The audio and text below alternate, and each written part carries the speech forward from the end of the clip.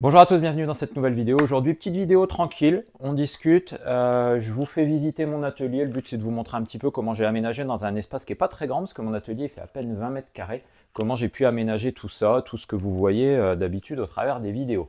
N'hésitez pas dans les commentaires à la fin de la vidéo, posez-moi vos questions, réagissez sur ce que j'ai fait. Voilà, le but c'est vraiment que cette vidéo là, ça soit une petite vidéo tranquille où on discute et on échange ensemble.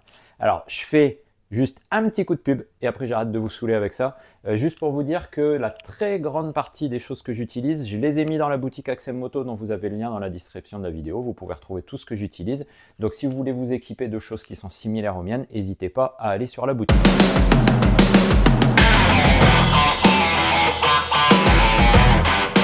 Donc je vous le disais, l'atelier il fait un petit 20 mètres carrés. Alors qu'est-ce que j'ai fait? Déjà au sol, j'ai mis des dalles de chez EasyFloor pour faire un sol joli, propre, avec ce petit motif rouge. Ça me permet de poser une moto pile poil au milieu. Je trouvais ça sympa esthétiquement. L'avantage de ces dalles là, c'est qu'elles sont super solides.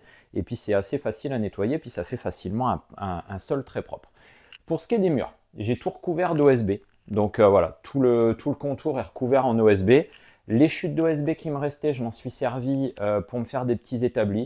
Donc le petit établi qui est là, la petite avancée qui est là au-dessus du meuble. Et j'ai tout vitrifié. Donc j'ai pris du vitrificateur à parquet et puis j'ai fait 3 couches de vitrificateur à parquet sur tout l'OSB partout pour le protéger. Comme ça, quand je travaille, si jamais il y a des projections de graisse, d'huile ou tout ça, je suis sûr de ne pas tâcher mon OSB et de pouvoir le nettoyer facilement. Alors, dans l'atelier, j'ai fait des petites zones. Donc, on a une première zone ici où j'ai mis ma servante, je me suis fait un petit établi, puis j'ai mis un PC. L'objectif ici, c'est d'avoir tous mes manuels d'atelier, de pouvoir accéder à Internet, faire des recherches, noter tous mes historiques d'entretien. Je me fais des petits fichiers et tout ça sur mes motos pour tout noter. Donc ça, c'est ma petite zone un peu informatique, prise de notes, avec ma petite servante en dessous. Après, j'ai ma zone changement de pneus. Donc là, j'ai calé, comme c'est pas très grand, on a essayé d'optimiser au mieux. Donc j'ai calé ma machine à pneus dans le coin ici.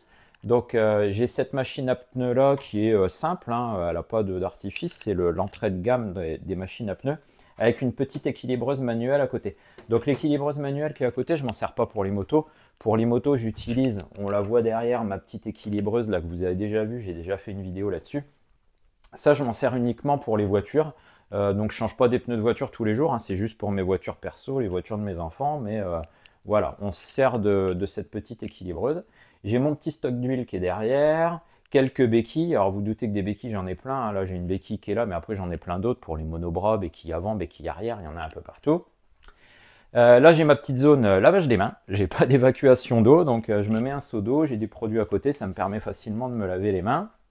Mon petit bac à ultrasons à côté. Donc j'utilise un bac à ultrasons de chez Vevor, il marche super bien. Vraiment j'en suis hyper content, ça fait 3 ou 4 ans que je l'ai et ça marche vraiment très très bien. Il existe différentes tailles, donc moi j'ai pris un grand, j'ai pris un 30 litres. Comme ça je vais pouvoir mettre dedans des grosses pièces, mais il se fait dans plein de formats, de 10 litres jusqu'à je crois même 50 litres. Et franchement il marche super super bien.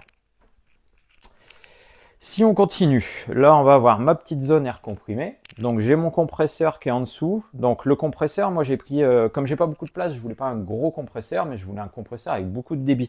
Du coup ce que j'ai fait, c'est que j'ai trouvé chez Mecafer un compresseur avec une petite cuve de 50 litres, mais avec un gros moteur. C'est un gros moteur bicylindre comme sur les gros compresseurs de 150 ou 200 litres. Ce qui fait que j'ai de la pression, j'ai un gros débit d'air, mais j'ai quelque chose qui prend pas trop de place. Donc j'ai mis un petit enrouleur à côté, j'ai des stocks de tuyaux. J'ai un tuyau d'air comprimé qui arrive de ma machine à pneus, comme ça je peux la brancher directement et puis je suis autonome là-dessus. Ensuite ici je me suis fait 2 petites zones. Donc ça c'est la zone on va dire un petit peu propre. Donc dans cette zone là j'ai mes chargeurs de batterie, j'ai des petits stocks de batterie à côté. Je vais venir recharger ici ma clé à choc, ma visseuse. Donc ça moi j'utilise du matériel Bosch Pro. Donc j'ai une clé à choc Bosch Pro, une visseuse Bosch Pro. Je mets tout ça ici. J'ai ma perceuse sur colonne.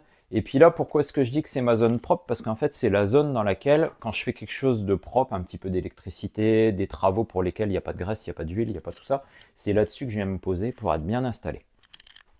Et puis là, on va retrouver ma zone un peu plus sale.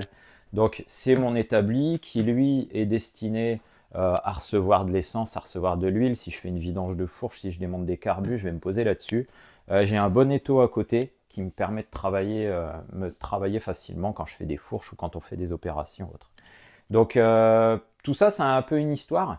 Parce que ce petit établi, bah, c'était l'établi de mon grand-père. Mon grand-père était chaudronnier à la SNCF.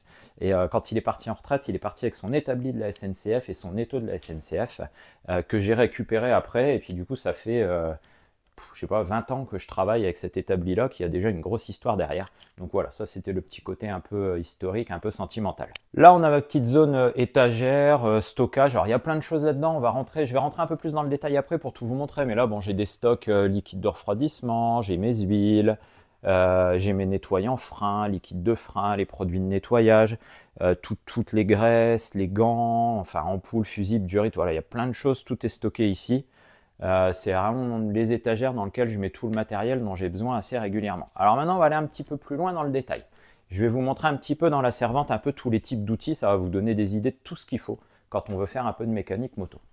Donc j'ai une servante KS Tools, mais qui n'est pas forcément équipée de modules KS Tools. Là, j'ai le premier tiroir dans lequel j'ai les modules. Mais après, quand j'ai acheté ma servante, il y avait déjà pas mal d'outillage que j'avais. Donc vous verrez qu'après, c'est plutôt rangé en vrac.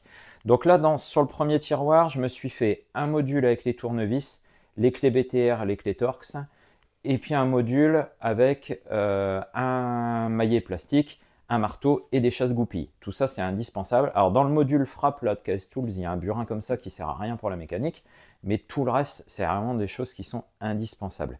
Et tournevis, c'est indispensable d'avoir vraiment plein de tailles, parce que si vous n'avez pas toutes les tailles, il y a plein de vis que vous allez foirer, parce que vous n'aurez pas la tête du tournevis qui est vraiment adapté à ce que vous voulez faire. Mon deuxième tiroir, ça va être toutes mes clés. Donc là, j'ai toutes mes clés plates. J'ai des clés à cliquer comme ça, c'est pratique, ça dépanne. Les clés plates, je les ai toutes en double. Je trouve ça plus pratique, parce que des fois, on a besoin d'utiliser deux clés de la même taille à chaque fois, donc j'ai des doublons pour tout. J'ai un petit miroir comme ça c'est pratique, et j'ai ça, un petit aimant. Donc un petit aimant télescopique comme ça c'est vraiment ultra pratique, ça sert dans plein de situations. Ensuite, là je vais avoir des clés à pipe. C'est pas ce que j'utilise le plus parce que je vais utiliser surtout des cliquets, puis je vais avoir quelques pinces, donc pinces coupantes, pinces multiprises, des pinces à bec plat, pinces étau, voilà un petit peu de tout ce qui peut être utile quand on bricole. Ensuite, je vais avoir mes clés dynamométriques. Donc là, vous n'êtes pas obligé d'en avoir autant, hein, mais vous regarderez la vidéo que j'ai fait. Hein. Moi, je travaillais toujours avec mon set de 3 clés KS Tools. Et puis maintenant, je travaille avec la marque Vanpo. Donc j'ai aussi les 3 clés Vanpo. Puis je vais avoir mes outils de mesure aussi ici. Donc on va retrouver un pied à coulisses. On va retrouver un réglé. Ça, c'est des choses qui sont indispensables. On va retrouver un micromètre. Mesurer pour du jeu aux soupapes, pour des épaisseurs de disque de frein, contrôler un embrayage, mesurer un niveau d'huile pour une fourche, un réglage de fourche, bah, il vous faut tout ça, sinon vous êtes coincé. Ensuite, qu'est-ce qu'on trouve à l'étage d'en dessous? On a des petites cales d'épaisseur pour le jeu aux soupapes, pour gaper les bougies. On a des tarots, on a des filières, on a une pince pour les rivets. Ensuite ici, on va avoir de l'outillage spécifique pour les fourches. Donc je vais retrouver, là c'est des petites sangles que je m'étais faites pour comprimer les ressorts. J'ai l'outil spécifique Yamaha. J'ai l'outil pour les joints speed fourche. Donc ça c'est indispensable d'avoir ça dans différentes dimensions. Ça c'est un petit outil qui vous sert à enfoncer les joints spi dans les tubes de fourche. Donc ça, si vous voulez faire des fourches, vous ne pouvez pas faire sans. Puis après on va retrouver des petites manettes KS Tools avec différents outils qui sont plutôt utiles. Donc la première, ça c'est toutes mes douilles à choc. Parce qu'il faut savoir, faites attention avec ça, quand vous utilisez une clé à choc, il ne faut surtout pas utiliser des douilles classiques. Les douilles classiques, elles ne sont pas faites pour ça. Et quand vous allez taper beaucoup dessus et desserrer des choses très dures, il y a un risque que la douille, elle éclate. Et quand vous avez une douille qui vous éclate dans la main, je peux vous dire que les dégâts sont énormes. Donc équipez-vous de douilles à choc, c'est vraiment indispensable. J'ai aussi un petit coffret avec un tournevis à frapper. Donc ça, c'est ultra utile. Je ne sais pas si vous connaissez ce que c'est un tournevis à frapper. Je vais vous expliquer rapidement. Donc en fait, c'est un petit tournevis comme ça. On va venir placer une douille, un embout dessus, que ce soit sur une vis, sur du torse ou une vis classique. Et quand on va venir frapper avec le marteau, ça va à la fois s'enfoncer dans la vis et tourner. Et ça va vous permettre de débloquer des vis qui sont coincées ultra facilement, des vis qui seraient impossibles à dévisser, à desserrer à la main. Avec ça, vous sauvez la mise sur pas mal de choses. Après, j'ai mes pinces à circlips. parce que en fait, les circlips, si vous avez des pinces de mauvaise qualité, bah, vous galérez. Essayez d'enlever un circlip sur une jambe pour faire des roulements de roue. Si vous n'avez pas des bonnes pinces, bah, c'est la misère. Donc là, moi, je me suis équipé d'un ensemble de pinces avec un peu toutes les tailles de chez KS Tools. Et ça vous change la vie parce que la pince, quand vous allez serrer le circlips, elle ne va pas se vriller. Les pinces qui sont de mauvaise qualité, quand vous serrez, les deux têtes, elles bougent. Puis vous n'arrivez pas à tenir votre circlips. Avec ça, vous êtes tranquille. Alors, on continue sur le tiroir d'après. Donc là, qu'est-ce qu'on a? Alors, tout ça, c'est des adaptateurs pour les monobras. Pour les motos qui ont des monobras, j'ai une béquille pour les monobras, mais tous les trous ne sont pas de la même taille. Entre une BM, une Ducati, une Triumph, on n'a pas les mêmes tailles. Donc j'ai plein d'adaptateurs. Donc ça, c'est pas indispensable. C'est parce que moi, j'ai besoin pour faire pas mal de motos. Ça, c'est les adaptateurs pour les béquilles avant, sous le tête de fourche. Donc ça, c'est pareil. Vous achetez juste l'adaptateur qu'il vous faut. Mais après, là, il y a un petit truc qui est intéressant que je vous conseille. Tout le monde utilise, généralement pour les filtres à huile, ce genre de clé. Ça, moi, je trouve que c'est ultra galère parce que déjà, ça agrippe pas bien et puis en plus, vous pouvez pas serrer votre filtre à huile au couple. Donc, ce que je vous conseille d'acheter, c'est ce genre de choses. Donc, vous achetez pour la taille de votre filtre à huile ou vous achetez une petite mallette avec toutes les tailles. Et ça, c'est des clés à filtre à huile qui vont venir se mettre sur le filtre à huile et bien épouser la forme du filtre à huile et vous venez mettre une clé à cliquer là-dessus. Et là, vous desserrez tous les fils qui sont bloqués sans les abîmer. Et puis, vous allez pouvoir aussi serrer vos filtres au couple. Après, j'ai ça aussi. Si vous faites des fourches, ça, c'est indispensable. C'est un jeu de douille BTR longue. C'est pour venir dévisser la vis en fait, qui est dans le pied de fourche, qui est inaccessible avec des douilles classiques. Qu'est-ce qu'on a d'intéressant encore dans celui-là? On a ça pour aligner les chaînes. Donc ce petit outil-là, il vient se mettre sur la couronne à l'arrière. Ça vous permet de vous aider. Ça coûte vraiment rien sur Amazon. Et vous pouvez venir vous aider pour aligner votre chaîne. J'ai un testeur d'allumage. Ça, c'est pratique aussi. C'est un petit système qu'on va venir mettre entre la bougie et l'antiparasite. Et puis, on va voir l'étincelle se faire ici. Ça permet de vérifier facilement si on a de l'allumage sur une bougie. Alors, dans cette zone-là, donc je vous ai expliqué tout à l'heure que c'était la zone propre, qu'il y avait la perceuse sur colonne, qu'il y avait tout ça. Puis après, il y a aussi mon matériel pour les changements de pneus. Donc là, ici, j'ai ma petite mallette ici dans laquelle on va retrouver plein de choses, que ça soit voiture ou moto. Donc là, j'ai tout ça, c'est des valves. Les valves, il en existe plusieurs types. Il y a des TR 412, 413, 414. Sur les motos, on utilise du 412. Donc moi, j'ai un gros sachet comme ça avec des valves toutes neuves. Et puis à chaque changement de pneu, je mets des valves neuves sur les motos. J'ai de la 413, de la 414 pour les voitures. Après, on va retrouver tout le matériel pour changer les pneus. Et puis tout ça, c'est les plombs d'équilibrage. Donc ça, c'est des plombs d'équilibrage pour les voitures. J'ai un peu toutes les tailles, de 5 grammes jusqu'à 30 grammes. Et pour les motos, par contre, j'utilise pas ça. Les motos, on prend des plombs d'équilibrage autocollants. Donc en fait, j'ai une grosse bobine comme ça. Donc les plombs d'équilibrage pour les motos ou pour les jantes alu de voiture, c'est des plombs qui sont autocollants. Donc en fait, j'ai une grosse bobine comme ça.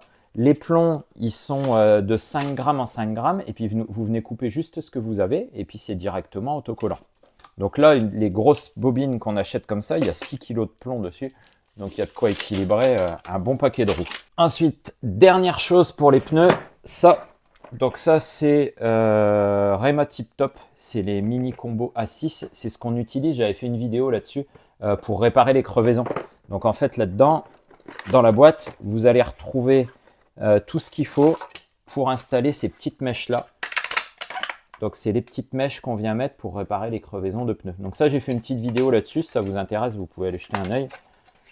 Ça vous permet de voir un petit peu comment est-ce qu'on fait pour réparer une crevaison sur un pneu de moto. Alors, dans cette zone-là, on retrouve ce que j'utilise en fait assez souvent qui reste sorti, quoi. J'ai toujours un flacon de nettoyant frein, j'ai de la graisse, j'ai un dégrippant, j'ai des seringues, un petit truc pour le liquide de frein. Ça, c'est hyper utile. Toujours avoir des seringues pour extraire du liquide quand vous changez des plaquettes ou tout ça. En dessous, la mallette de ma fille, la mécanicienne. Parce que j'ai une de mes filles qui aime bien la mécanique et puis qui a sa petite mallette de mécanicienne avec papa. On va retrouver en moyen de levage, en plus de toutes les béquilles et tout ça, moi j'ai acheté ça. Ça, c'est super pratique. Donc c'est une petite plateforme élévatrice là qui est capable de lever 300 kg, qui est super rigide. Vous pouvez venir mettre dessus des petites colonnes comme ça. Donc ça permet de venir faire des points d'appui sous des repose-pieds, sous un cadre. Et ça vous permet hyper facilement, pas forcément de lever une moto, mais au moins de la stabiliser. Vous allez pouvoir stabiliser l'arrière pour démonter des béquilles, vous allez pouvoir stabiliser l'avant pour démonter la roue, la fourche, tout ça. C'est très stable et très pratique, c'est vraiment un bon outil. Alors ça, c'est pas pour les motos, c'est pour les voitures. Donc ça, c'est toujours de la marque Vevor. C'est un cric pneumatique. Donc avec ça, vous gagnez un temps fou aussi pour lever des voitures. Dans ma petite étagère ici, on va retrouver plein de choses. Alors à partir du bas, comme on est en bas, on a le système Pro pour faire les purges de frein. Donc ça, c'est un système à dépression. Vous l'avez déjà vu pas mal dans beaucoup de mes vidéos. Ultra pratique pour faire vos purges de frein tout seul. Après, j'ai plein de petits matériels. Donc ça, c'est des choses, vous n'êtes pas obligé de les avoir. Vous les achetez au fur et à mesure où vous en avez besoin. Ça, c'est un compressiomètre pour prendre les compressions des moteurs. Donc ça, pareil, c'est pas le truc que vous utilisez tous les jours. Il faut acheter ça quand vous avez besoin. Si vous voulez faire vos synchros de carbu et d'injection, il va vous falloir ça. Donc là, j'ai un modèle 4 cadrans pour faire des motos jusqu'à 4 cylindres, 4 carburateurs. Et puis après, j'ai un deuxième modèle uniquement avec 2 cadrans qui me permet de faire les bicylindres. Donc bon, il n'y a pas d'intérêt, on peut le faire aussi avec ça.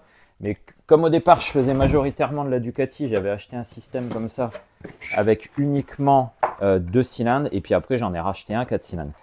Ici, on a un analyseur de gaz. Donc ça, sur les motos à carbu, principalement, si vous voulez régler la richesse précisément, ça c'est un petit analyseur de gaz, ça se branche sur la batterie de la moto, vous venez mettre une sonde dans l'échappement et puis ça vous donne le pourcentage de CO, d'oxyde de carbone qu'il y a à l'intérieur de vos gaz d'échappement. Ça vous permet de régler votre richesse au ralenti facilement. Ensuite, chose indispensable, la mallette de cliquet. Donc moi j'ai ma bonne vieille mallette de cliquet Magnusson de chez Brico Dépôt que je traîne depuis bientôt 15-20 ans.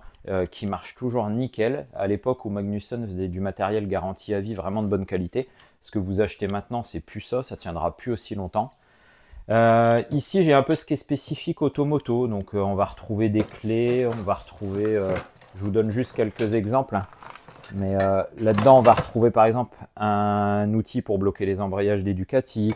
On va retrouver des outils un peu spécifiques que j'ai fabriqués. Ça, c'était pour faire les fourches des YBR 125. J'avais fabriqué un outil exprès pour ça. Voilà, seringue à huile, voilà, c'est tout ce qu'on va retrouver ici.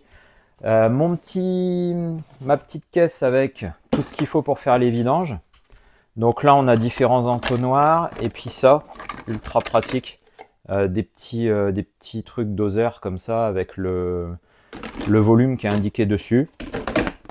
Ça vous fait gagner énormément de temps quand vous faites vos vidanges. Ici, j'ai ma petite caisse avec toutes les graisses, tous les dégrippants un peu spécifiques, tout ce qui est frein filé, graisse au cuivre. Voilà, là je range tout ce qui est un peu spécifique ici. Des gants nitrile, ça je vous conseille de vous équiper de gants nitrile quand vous faites des purges de frein. Le liquide de frein, c'est quelque chose qui est hyper corrosif, hyper agressif. Pour la peau à long terme, je suis pas sûr que ça soit terrible. Et vous mettez des gants nitrile et puis vous êtes protégé. Ici, j'ai ma caisse entretien. Donc là, on a retrouvé tous les produits d'entretien. Donc les microfibres, les lingettes pour essuyer la moto, les anti-rayures, les savons. On va retrouver tout ça. Pour l'entretien, j'utilise ça aussi. Lingette Vulcanette. Ça, c'est génial pour faire les finitions. Pour les plastiques noirs, ça marche super bien. Pour les motos Shen ou pas, le nettoyant jante de chez Ippon qui marche super bien pour enlever les graisses et puis enlever les détritus de plaquettes de frein, toutes les poussières noires qu'on a. Donc ça, je vous ai expliqué tout à l'heure tout ce qu'il y a. Le traditionnel WD-40. Alors celui-là, il est génial. D'habitude, on utilisait toujours celui-ci, là, le WD-40 classique. Et maintenant, moi, j'utilise celui-là qui est vachement bien. Parce qu'en fait, on peut le pulvériser comme ça, ou on peut le pulvériser comme ça. Et l'embout qui est ici, on peut lui donner toutes les formes qu'on veut.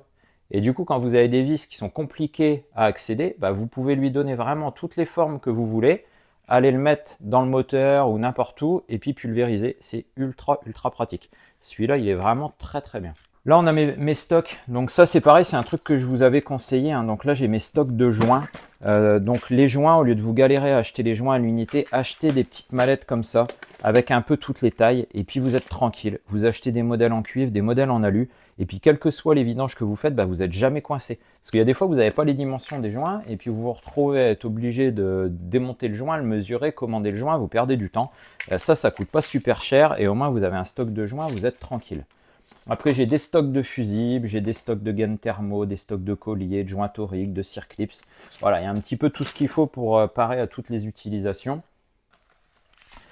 Ça aussi, là, les hélicoils. Donc ça, c'est les filets de réparation. J'avais fait une vidéo là-dessus aussi. Si vous ne savez pas ce que c'est, vous pouvez l'acheter un œil. C'est très très bien. Et maintenant, on a sur la boutique, alors là, je les achetais avant à l'unité, donc M10 par 1,5. Il fallait acheter du M8, il fallait acheter tout ça.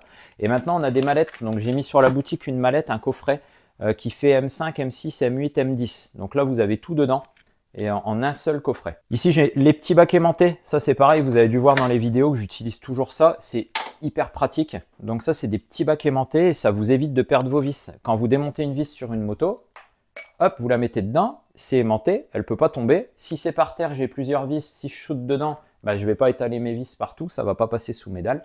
C'est très, très pratique.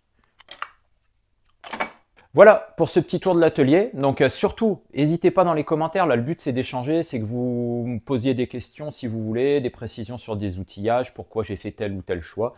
Donc on peut échanger vraiment là-dessus en commentaire. Je répondrai assez rapidement à toutes vos questions.